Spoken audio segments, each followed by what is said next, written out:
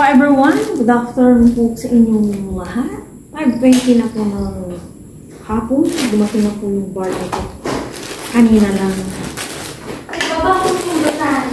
Okay, balik mo din sa dati. Sa taas po si Ayat nagpunas po sa may tennis. May bakal-bakal. Sabi ko kasi, kung di natin ito pupunasan, bumitaw yung dumi. Dalawang araw pa ako hindi nakainin na ito.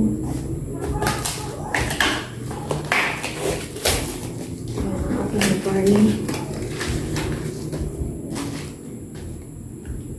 Ilalabas na rin po yung kapatid ko ngayon. Thank God. Kapatid ko na barley. Magkat si Papa Ryan. Out na yan.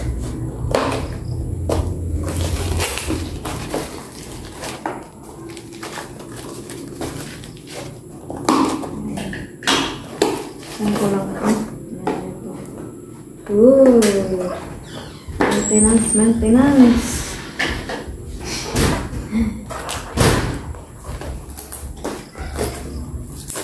Ito lang. Hello everyone. Sinare ko lang po sa inyo. Barley. Buksan ko na ito. Kasi iniin ko bukas. Mag-iinin na ito.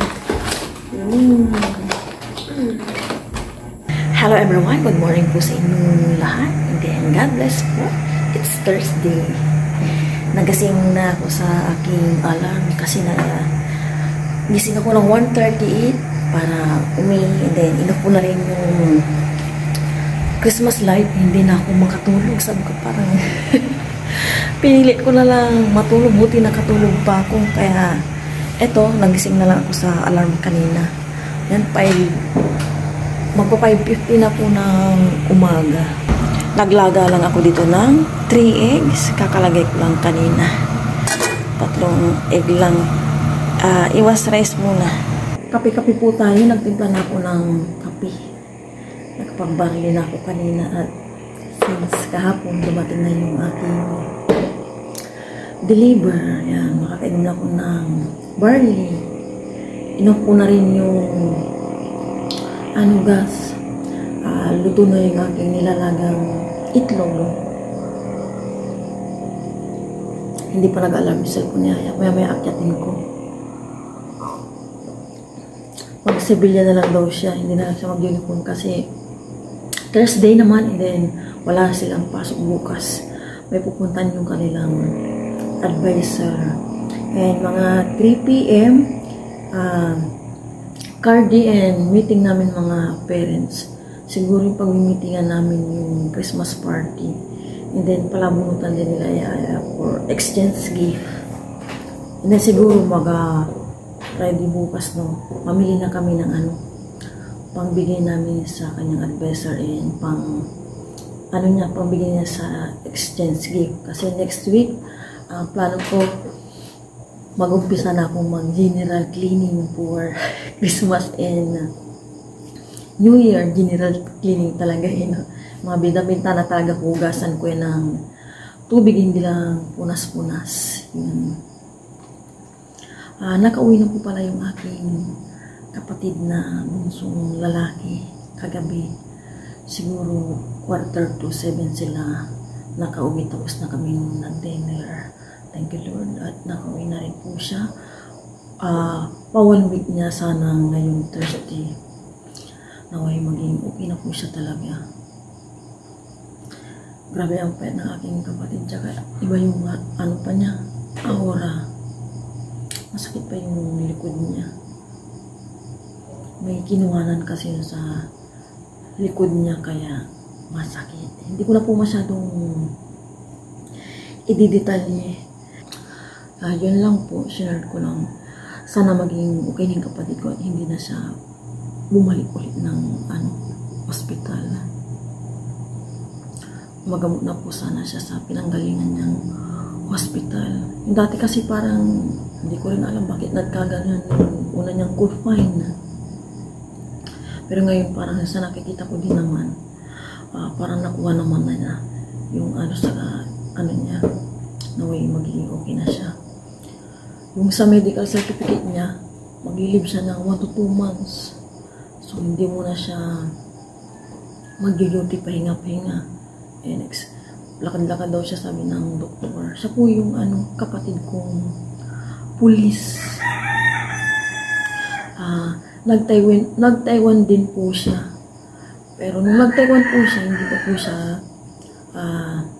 pumasa sa kanyang course yung sa criminology. And nung bumalik po siya, tinapos na lang yung isa niyang kontrata sa Taiwan. And then, nagpursige na rin po siyang mag-exam. And then, yun. Sa kanan din ng Diyos, binigay sa kanya yung kanyang pangarap na maging ganap siyang pulis. Ang ng kwento niya nung siya ulit, second try na pala niya kasi yung first, bago pa siya mag-Taiwan, nag-exam siya, so na-fail siya. Second try niya, hindi pa siya nakapasa. And then yung nag-third siya, wala kaming alam-alam.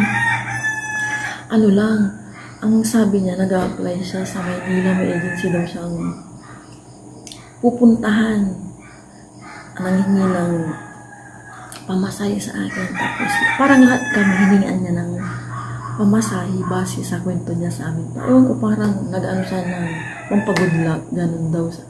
Tapos, nasa Maynila siya, nakapasa ako ate, tapos may sinend siya. Saan ka nakapasa, sabi ko.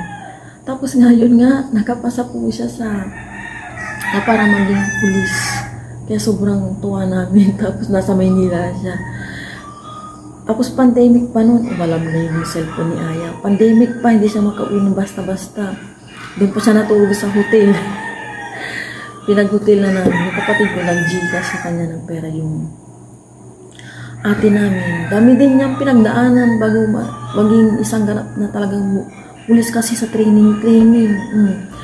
Almost 7 months din yung naging training nila kasi na-delay. And then, ito lang year na to, bisok naman. Okay naman na bisok. Pero alam ko, next year by January, may training pa sila 2 weeks lang naman. Hindi ko siya kung makakasama na siya doon kasi na magpapagaling pa siya. Ayun, kaya proud na proud din kami na may kapatid kaming pulis. Nakaka-proud siya. And then yung kapatid ko na yan, sobrang close ni Aya dyan din. Lahat naman ng mga tito-tita din ni Aya, close, nakakabiruan niya, nakakatuwa lang. Kasi kami magkakapatid, wala kaming close na tito-tita, sa totoo lang. Sa side naman ng nanay ko, okay lang naman, mabait. 3 lang silang magkakapatid. 4 po pala namatay na yung panganay nila nanay ko. Mga babae naman lahat. Okay naman yung mga side ng nanay ko, tita. Yung mga tita ko yun. Tapos dito na.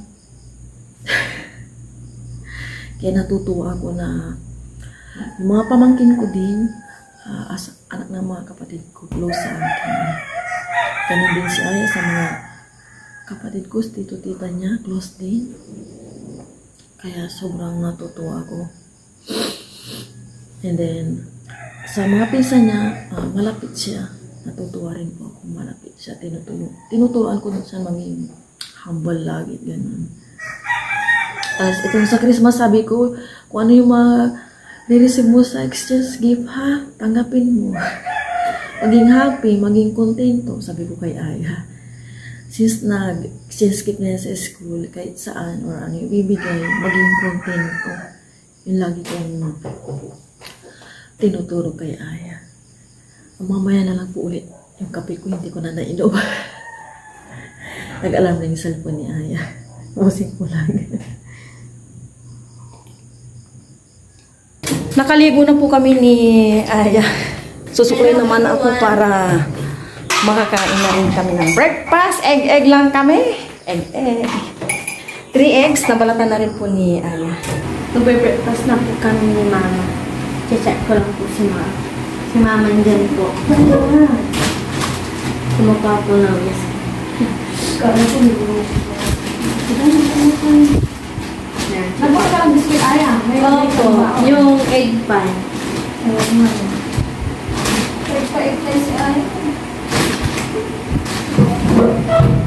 More water sa school, ah. Opo. Yan. Kami ni Aya. Kay Aya, dalawang egg. Yung sa akin isa lang. Kaya kami biskuit na galing pa ng Taiwan. Lord, maraming salamat po sa araw na ito. Sa mga bilang pinagkabalik po sa amin. It's it. Oh, yeah. 5 years. Gusto mo ng oras 6:35 na. Kung yung mga nakaraang araw is makulimlim, tsaka hindi pa umaano ng araw, ganito oras ngayon, ay napusihan na.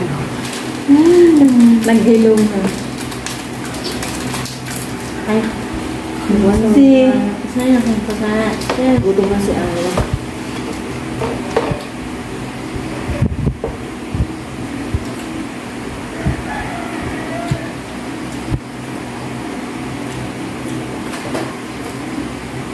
Busog na ako. Agad-agad.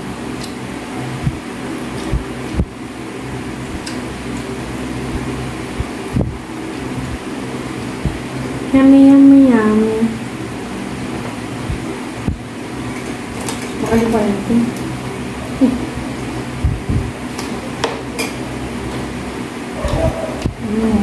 Egg. Diet. Nakain na. Higo po tayo ng Milo milk.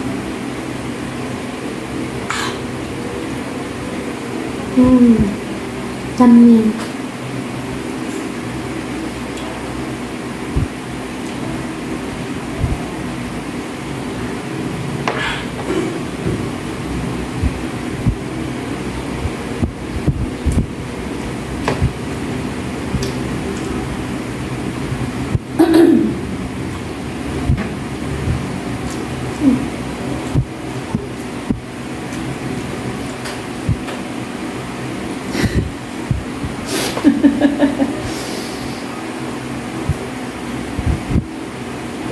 Ikot din tayo mo.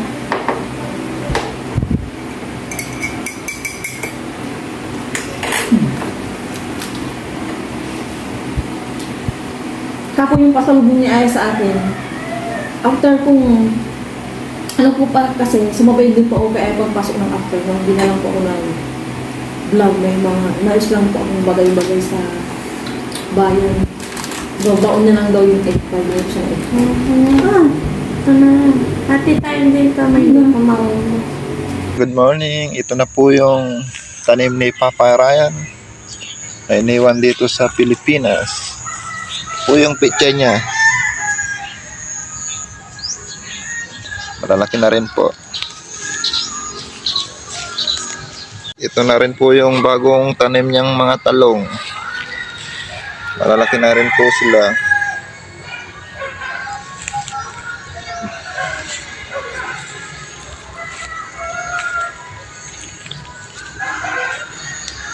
Maraming bunga po yung mga talong. Ito na po, nilinisan po natin yung mga tanim na pechay. Yung mga talong, pinatambok.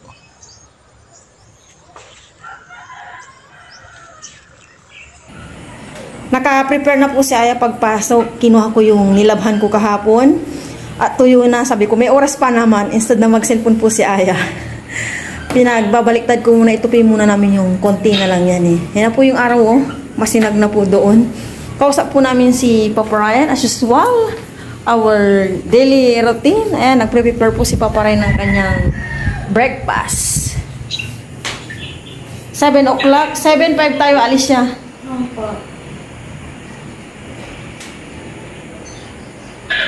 Napasakay ko na si Aya. Bisi-bisihan muna ko. Maya-maya, parang hinihingal-hingal na rin ako. Mamaya na po ulit at may mga gagawin ako, mga bagay-bagay. Bisi-bisihan lang ako kanina. Magluluto na po ako. Madali lang naman to. 9:55. Eto, patola. Gigisahan ko siya sa ito yung aking miswa. Hindi ko ito lalahatin. And ito, sardines. Yan. Gusto ko lang pakita Yan na po yung mga gagamitin ko sa nalalapit na Christmas and New Year. Yan. O, diba? Dito wala nang laman. Sa susunod na ulit na mamamalingkin namin ni Aya. Yung mga ano dito, yung mga sangkap-sangka din sa aking pagluluto. Yun din, mga chichirya yan. Tapos dito, mga suka, mga pampalasa. And then, dito na sa kape-kape. Yan. Halo-halo na. Dito sa inyong mga rikado. Yan, mantika. Ganyan. Ito, tissue paper sa pag nag-ano ako, prito ba? Yan. Magluluto na po ako. Prepare na ako ng bawang sibuyas para pagluto na ako. Sandali lang naman itong lutuin. 20 minutes luto na. Kasi ano lang naman to. Miswa, ginisang miswa sa patola. Init. Kung kahapon no, lamig-lamig ngayon. Init-init na. Nakakatulog pa ako mamaya. 3:30 pa yung namin meeting.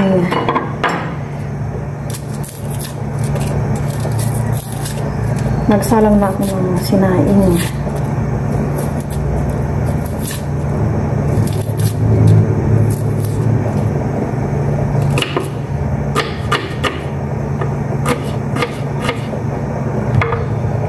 Tiin ko muna para mabalatan.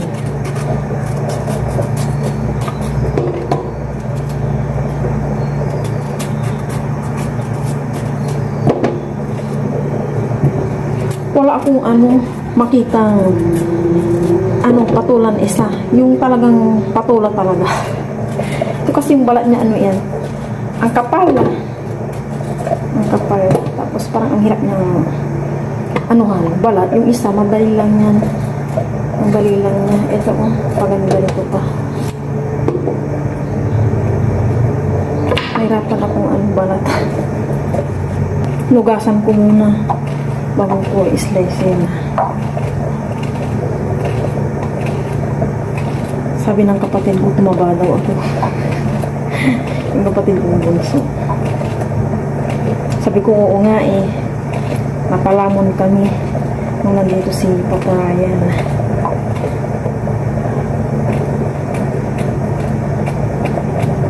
Kumain ng bongga.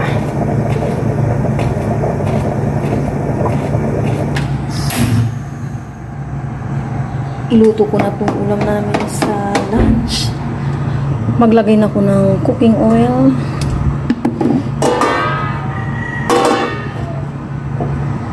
Nagisa ko na itong bawang at uminit ko agad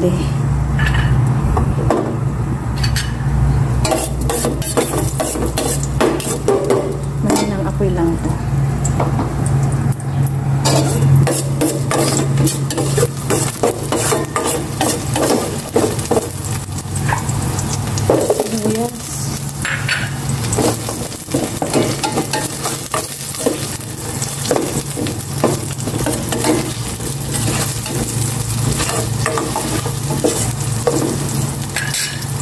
Gisa ko na rin itong sardines. Maya maglagay ako ng tubig dito. Gisa ko muna.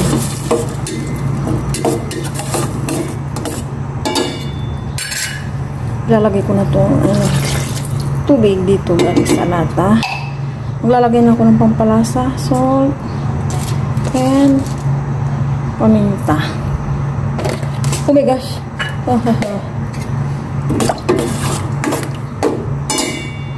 And tubig. Itong hot water na lang na galing sa thermos. At hindi ko na gagamitin. Yan. Pakuliin ko lang and lagay ko na itong miswa.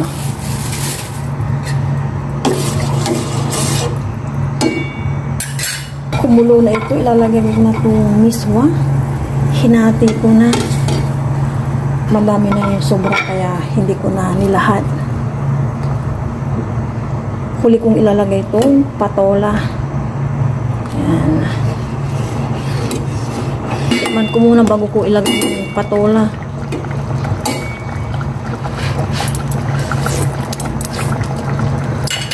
Kulang na ang asin. Mamaya magdagdag na lang ako.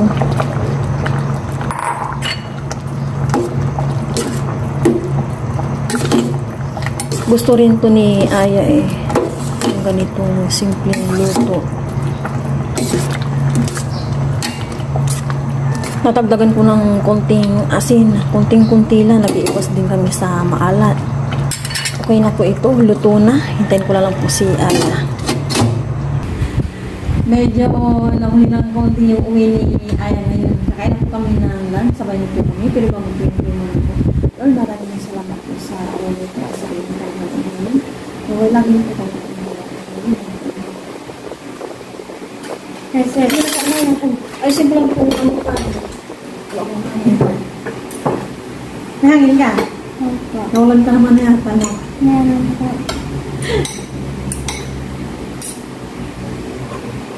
Pagkadating niya ay nagtanong agad ng ulam. Hindi ka naman nadismaya sa ulam. Hindi po. Masarap. Sus na tayo. Ay, wala pa. Masarap. Ha?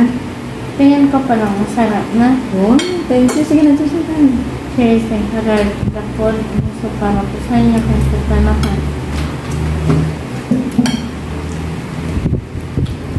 Meron na. Sakto lang yung asin. Opo.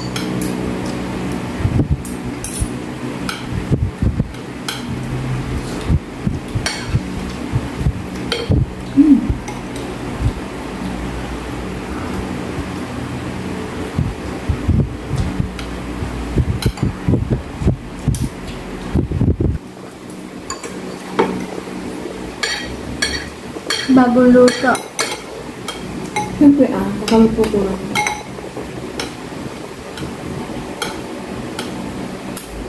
Parang hapok lang itong patola. Pero okay lang. Medyo matigas lang.